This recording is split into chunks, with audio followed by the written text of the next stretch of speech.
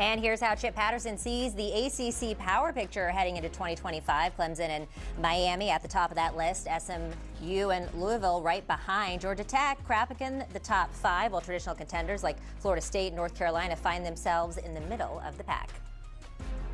Time now to bring in the man behind the rankings, the one stirring the ACC pot with bold takes and even hotter debates, CBS Sports' own Chip Patterson. Hey, Chip, how's it going? Let's start with your number 1 here at the top, Clemson. It's a loaded veteran group led by Heisman hopeful Cade Klubnik and 8 returning starters on offense. What makes this, you think, the year that the Tigers can take that next step in the CFP spotlight? Yeah, it's about a step back to where they were. It's about the program standard that was set from 2015 to 2020, when every single year was ending with an ACC championship and going into the college football playoff, often playing on the last night of the season, winning 2 national titles. So what did those teams have that Clemson has been lacking? Well, a true, dynamic, consistent playmaker at the quarterback position. Now, Cade Klubnik was that when he became a starter, but he has slowly become that over the course of his career. They also had NFL wide receivers. I think we finally have that both with the young players like TJ Moore, Bryant Wesco, but also with Antonio Williams, who our own Ryan Wilson has as a possible first-round draft pick. And finally, Katie, and this is the thing that gives me the most confidence. For the first time in a long time, we've got Clemson with surefire, certified dudes along the defensive line. You know, like, we remember when they had Dexter Lawrence out there and Cleveland Farrell and just body after body of future NFL pick. Well, that's what they have. Now it's Peter Woods on the inside. It's TJ Parker on the outside with some talented freshmen backing them up as well. So finally, we've got a Clemson team that on paper looks like the 16 title team, the 18 title team. But this is the thing that Dabo loves. This is when he gets in his bag, because Trevor Lawrence has talked a lot about how Dabo puts a chip on the shoulder of even the most talented teams. Dabo spent all this talking season saying, y'all talking NFL draft. I saw him give up 300 yards to the Citadel. So he's trying to tell them they're not that good. But Katie, we know better. This Clemson team is for real. They are for real, and they got some dudes. But Chip, you know that defense is going to be under the microscope to take that step forward, or as you said, step back to where they belong, particularly in that run defense and the pass rush as well. So Chip, you got Miami sitting at number 2. This is a team with national top 10 hype and legitimate playoff buzz. They got a new quarterback with Carson Beck and a new defensive coordinator. There's a lot of pieces to integrate here. So what gives you the confidence that this group can finally break through and crash the CFP party?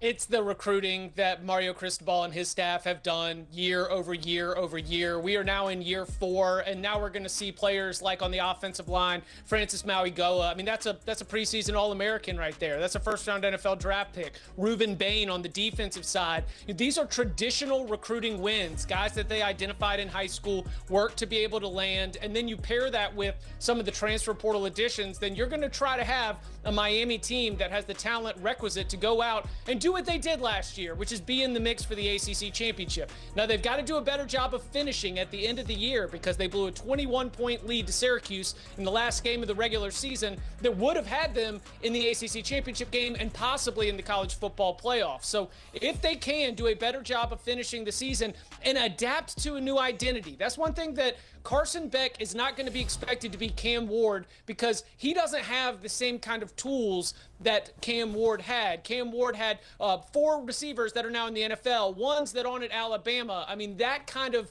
dynamic playmaking at the pass-catching positions, I just don't think is there, but they're so good along the lines of scrimmage that if Carson Beck can manage this and kind of be the X factor to take them over the top, then Miami can be right back in that ACC championship college football playoff discussion. That is something their fans have longed for quite some time. And Chip, you got Georgia Tech cracking the top 5 here ahead of Duke and Florida State. The Yellow Jackets return most of their core, including Haynes King at quarterback, and they've stacked back-to-back winning seasons. But what convinced you that they're ready to make that leap from a good bowl team to a real ACC contender? Yeah, this is a Georgia Tech team that I think will probably have a final record that's not in line with this ranking. This is the first time in our discussion, Katie, where I'm going to say the power ranking is not necessarily the predicted order of finish, because on strength alone, Y'all saw what those bees did to the Bulldogs at the end of last year. Pushed Georgia, the eventual SEC championship, to 8 overtimes. I mean, they can beat every single team on this schedule. Do I expect them to beat every single team on this schedule? No, because the margin for error is so slim. But when everything is running hot, Haynes King, Jamal Haynes at running back, when they've got Malik Rutherford getting it done at the wide receiver position, this is a Georgia Tech team that can hang even with the Clemsons and the Georgias. But again, they don't have that kind of depth. They can't take a lot of injuries, and the defense has to take a step forward. But when I'm thinking about a power ranking, when I'm thinking about a power rating, I have to respect the ceiling as a part of it. And that's why I've got them at 5. But I would say that's really the #1 spot of the middle tier for me. All right, so let's talk about Florida State. You have them at number 7, and Chip, they went 2-10 last year. Probably couldn't get any worse. So what do you see for them in terms of a bounce back?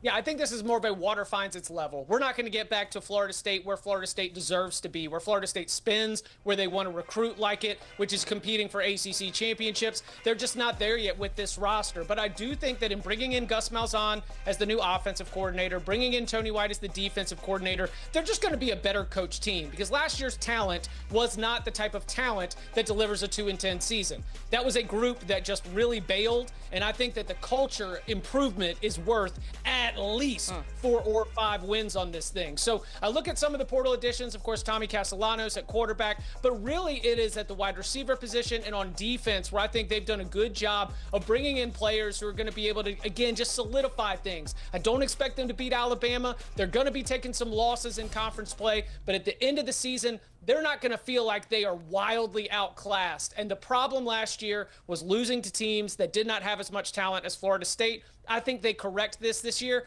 I mean, you look where they are in my power rankings. They're a middle-of-the-pack team, but I think they will deliver middle-of-the-pack type results this year, too. Well, there's a lot of Seminoles in this building that are happy with what you had to say there. So, Chip, Bill Belichick certainly made headlines taking the job at UNC, amongst other things. But now it's time to see what he can do on the college field. So you got the Tar Heels slotted at number 10. Is this a nod to just the respect that you have for Belichick, or is there real belief that Gio Lopez and this transitioning roster can flirt with an 8-win season in year 1? Yeah, #1, I would agree. It is belief in Gio Lopez. I think that he's got a really good plan to be successful. They spoke a lot about what he did against some of the best competition. You know, South Alabama, they got a chance to play LSU, and Lopez's performance against LSU was a big piece of them being sold on what he can do, making the jump to the next level. But defensively, I mean, honestly, for maybe 10 years, North Carolina's been a mess. At times, one of the 15 or 20 worst in the entire country. And we remember the disaster that was the James Madison game last year with Bill Belichick as head coach, with Steve Belichick as defensive coordinator, and with the bodies they have brought in on the defensive side, including a lot of guys from Washington, where Steve was the DC last year.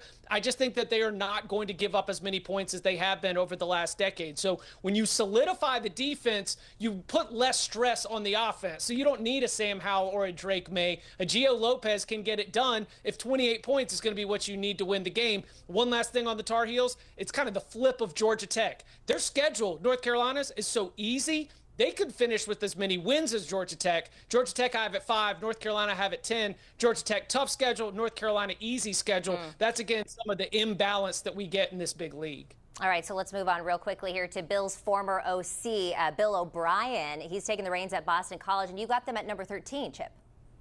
Yeah, I would say that this is the bottom of my middle tier, and it is a loaded middle tier with about 8 teams. Boston College did a very good job in year 1, being able to navigate some ups and downs, some weird results, and still get to a bowl game. But talent-wise, they lost one of the best defensive linemen in the country in Donovan Ezeraku, and they also lost a player in Cam Horsley on the interior of the defense that really made the whole defense better. So, Katie, I wonder, were they that good in the secondary because they are that good in the secondary, or because they had 2 incredible defensive linemen speeding up the clock for all these quarterbacks? Until they can show me that they can replace those defensive linemen, which was an absolute strength for them last year, now I'm going to need to wait and see on the Eagles in terms of them really jumping up into that top 5, top 6, top 7 discussion. Yeah, and as you can see, they're a challenging schedule for them. They got Clemson, Notre Dame, and SMU on tap. Chip, always a pleasure. Thanks for breaking down the ACC. We know where Chip stands. Let's take a look at the betting market. Clemson, of course, leading the way there as the odds-on favorite at +105, followed by Miami at +390, Louisville, SMU, and Georgia Tech rounding out the top 5 of contenders.